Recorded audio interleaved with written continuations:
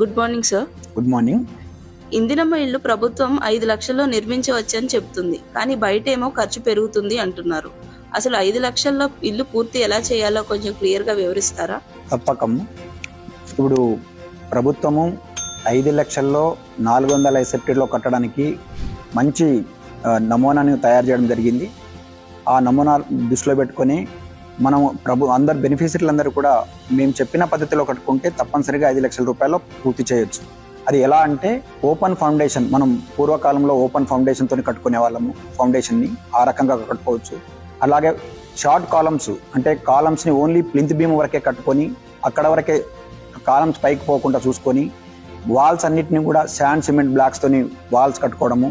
తర్వాత స్లాబ్స్ కూడా ఏరియా పెరగకుండా తర్వాత ఓన్లీ 12 mm 10 mm రాడ్ ఉపయోగించేసేసి ఈ పద్ధతులను కనుక పాటించేసేస్తే మనం ఇన్నోవేటివ్ టెక్నాలజీని కూడా మేము ఇట్లాగే కట్టడం కోసం ప్రతి మండలంలో కూడా ఒక మోడల్ హౌస్ని కట్టడం జరిగింది.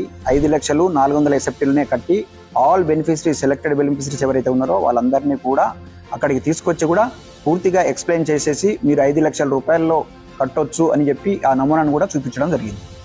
ఇదే కాకుండా టెక్నాలజీలో కూడా సియర్ వాల్ టెక్నాలజీ, అదేవిధంగా ఫిల్లర్ రూపింగ్ టెక్నాలజీస్, అట్లాగే షార్ట్ కాలం ఆల్రెడీ చెప్పడం జరిగింది.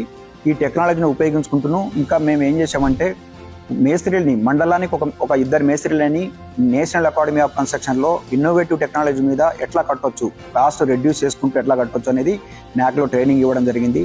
అలాగే ఇదే గ్రామానికి 2 మేస్త్రీలని జిల్లా లెవెల్లో న్యాక్ సెంటర్లలో కూడా ట్రైనింగ్ ఇవ్వడం జరిగింది. ఇప్పటివరకు 900 మంది మేస్త్రీలను కూడా 5 లక్షలలో మనం 400 సెప్ట్లో ఎట్లా కట్టుకోవచ్చు అనేది కూడా చేయడం జరిగింది. ఎట్లా మనం కాస్ట్ రెడ్యూస్ చేసి ఎట్లా కట్టుకోవచ్చు అనేది కూడా ట్రైనింగ్ ఇవ్వడం జరిగింది.